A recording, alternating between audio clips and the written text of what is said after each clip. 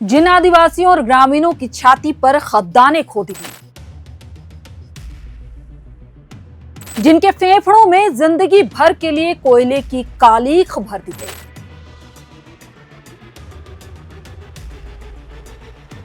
इन बेबस परिवारों के जख्मों पर मरहम लगाने के लिए डीएमएफटी फंड लाया गया।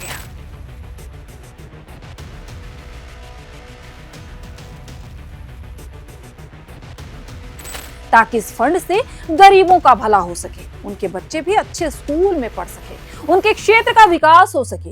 लेकिन इसे रसूखदार अधिकारियों ने बड़े आराम से डका लिया।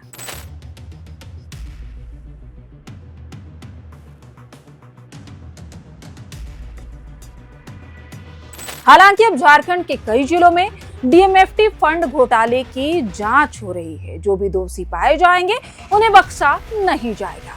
सरकार के इस बयान के बाद बड़े अधिकारियों में हड़कंप मच गया है और आज एयर नाउ शो में हम इसी मुद्दे पर सिलसिलेवार ढंग से बात करने वाले हैं। हमने पहले पिछले वीडियो में डीएमएफटी घोटाले को लेकर खबर को प्रमुखता से दिखाया था। आप हमारे चैनल पर जाकर डीएमएफटी से जुड़े उन तमाम वीडियोस को देख सकते हैं। नमस्कार, मेरा नाम प्रियंका मिश्रा है और आप देख रहे हैं the air now show.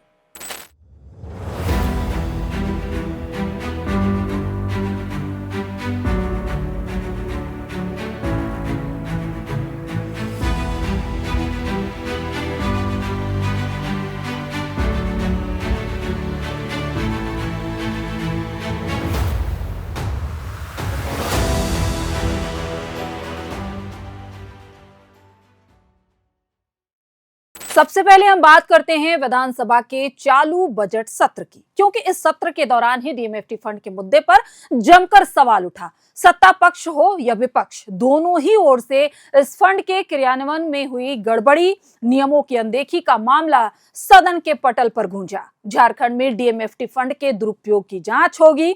Bokaro, Ramgarh समेत अन्य जिलों में जहां इसकी शिकायत मिली है वहां इसकी जांच होगी और दोषियों पर सख्त कार्रवाई की जाएगी। ऐसा झारखंड विधानसभा में प्रभारी मंत्री योगेंद्र प्रसाद ने आश्वासन दिया है। दरअसल कांग्रेस विधायक दल के नेता प्रदीप यादव ने डीएमएफटी फंड का दायरा बढ़ाने का मामला उठाते हुए कहा कि खनन क्षेत्र में 25 किलोमीटर की परिधि में डीएमएफटी फंड से विकास का काम तय है, तो इसे अब बढ़ाना चाहिए ताकि क्षेत्र का ज्यादा से ज्यादा विकास हो सके। इसके बाद ही नेता प्रतिपक्ष बाबूलाल मरांडी ने सदन में आरोप लगाते हुए कहा कि डीएमएफटी फंड का सही इस्तेमाल नहीं हो रहा है। इस फंड से सरकारी बंगला और जिम बना दिए जा रहे हैं। इससे स्कूल की पेंटिंग में करोड़ों रुपए खर्च किए जा रहे हैं। यही वजह है कि खनन क्षेत्रों में सड़क, पानी और प्रदूषण से जुड़ी समस्याएं बनी हुई हैं। इस पर मंत्री योगेंद्र प्रसाद ने कहा कि डीएमएफटी फंड की जांच चल रही है और दोषियों पर कार्रवाई भी की जाएगी। आपको बता दें कि बोकारो जिले में सबसे अधिक 631 करोड़ रुपए का डीएमएफटी घोटाला हुआ है।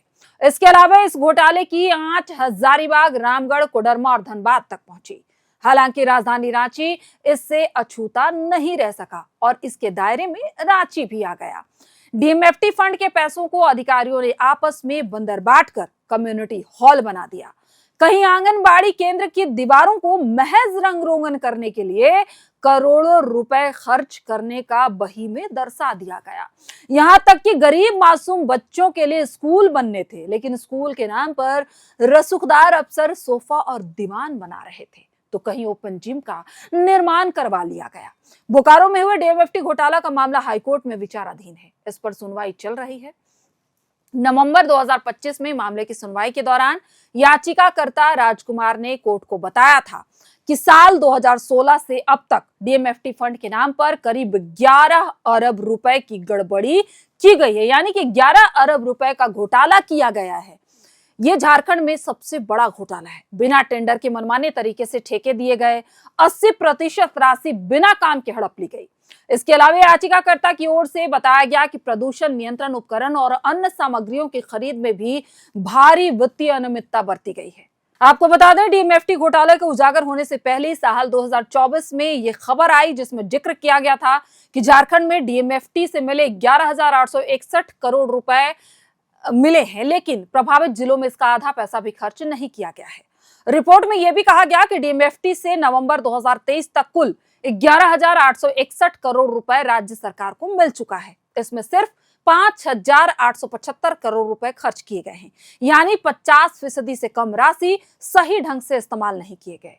आपको बताएं कि किसी जिले में कोई खदान है और इससे प्राप्त होने वाली रॉयल्टी की 30% राशि संबंधित जिले के डीएमएफटी फंड में जाता है और इसी पैसे से संबंधित जिले में पेयजल, स्वास्थ्य, शिक्षा, बिजली, सड़क, आधारभूत संरचना सहित अन्य विकास योजनाओं के कार्य को प्राथमिकता दी जाती है कि कौन सा काम जरूरी है और खास करके उन ग्रामीणों जो उसके जद में आते हैं उनके विकास के लिए पैसे दिए जाते हैं। जिला प्रशासन यानी डीसी के द्वारा ही डीएमएफटी की राशि वसूली जाती है, फिर योजना बनती है और उसके आधार पर पैसे खर्च किए जाते हैं। लेकिन बोकारो, रामगढ़, लातेहार, रांची, कोडरमा समेत कई जिलों में डीएमएफटी के पैसों को रसूखदार अफसर बड़े आसानी से डकार गए। इसीलिए भैया कहते हैं कि अगर आप झारखंड में हैं तो हमेशा जागते रहिए, कान और आंख हमेशा खुले रखिए, क्योंकि यहाँ हुक्मरान नियमों को ताक पर रखकर आपके हक और अधिकारों को मार देंगे। नियम की किताबें यूं तो कहती हैं कि विस्थापितों और बेबस लाचार परिवार के पुनर्वास पर पैसा खर्च होना चाहिए, लेकिन झारखंड के अधिकारियों को नियम पढ़ना ही बोरिंग लगता है और उन्होंने फिर अपनी तरकीब अपनाते हुए सोचा कि गरीब का घर बसे ना बसे, बंगले में टाइल्स जरूर चमकनी चाहिए, ओपन जिम जरूर बन जाना चाहिए, सोफे और दीवान होनी चाहिए ताकि लोग आए देखे भैया अफसर के घर में तो बड़ा दीवान, बड़ा सोफा। भले ही डीएमएफटी फंड के पैसों को सही इस्तेमाल हो चाहे ना हो, या यूं कहें कि गरीब का भला हो ना सके, लेकिन इन अफसरों का जरूर होना चाहिए। मीडिया रिपोर्ट्स के अनुसार राज्य की 2000 पंचायतों में प्रदूषण का तांडव है। करीब 33,000 लोग टीबी की बीमारी से जूझ रहे हैं, लेकिन शायद सरकार को लगा कि मरीजों को दवा देने से ज्यादा जरूरी है अधिकारियों के ड्राइंग रूम का नया सोफा सेट होना। आखिर साहब खुश रहेंगे तभी तो राज्य का भला होगा। और इसी की आड़ में नियमों को ताक पर रखते हुए बोकारो, रामगढ़, कोडरमा समेत कई जिलों में अधिकारियों ने डीएमएफटी के फंड के पैसों का गलत इस्तेमाल किया, इतना बड़ा घोटाला कर लिया। फिलहाल इस मामले की जांच जारी है और अब विधानसभा के बजट सत्र में भी इस घोटाले के मुद्दे पर सदन में विपक्ष ने सरकार से सवाल पूछा है। फिलहाल इस मामले की जांच जारी है और अब विधानसभा के बजट सत्र में भी इस घोटाले के मुद्दे पर सदन के पटल पर ये आवाज गूंजी है, जिसके जवाब में हेमंत कैबिनेट के मंत्री योगेंद्र प्रसाद ने स्पष्ट शब्दों में कहा है कि डीएमएफटी फंड के दुरुपयोग से जुड़ी जांच जारी है। यदि किसी भी प्रकार की कोई गड़बड़ी पाई गई तो दोषियों के खिलाफ कड़ी कार्रवाई की जाएगी। वहीं सरकार के इस सख्त रुख के बाद अधिकारियों में हड़कंप मचा हुआ है। अब ये देखना है कि ये जांच कब तक पूरी होती है, अगले डीएमएफटी फंड के घोटाले होने तक या जल्द ही।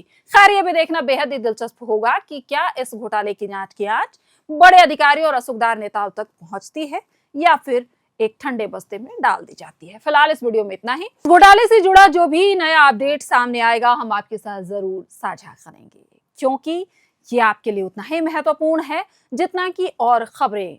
झारखंड में डीएमएफटी घोटाला उस घोटाले से भी बड़ा है जिसको लेकर एक नाम बड़ा चर्चित था, लालू यादव चारा घोटाला। लेकिन डीएमएफटी फंड की जांच और इस घोटाले की जांच अगर सही से हो गई तो इसमें बड़े बड़े चेहरों के नकाब उतर जाएंगे और ये अरबों का घोटाला है।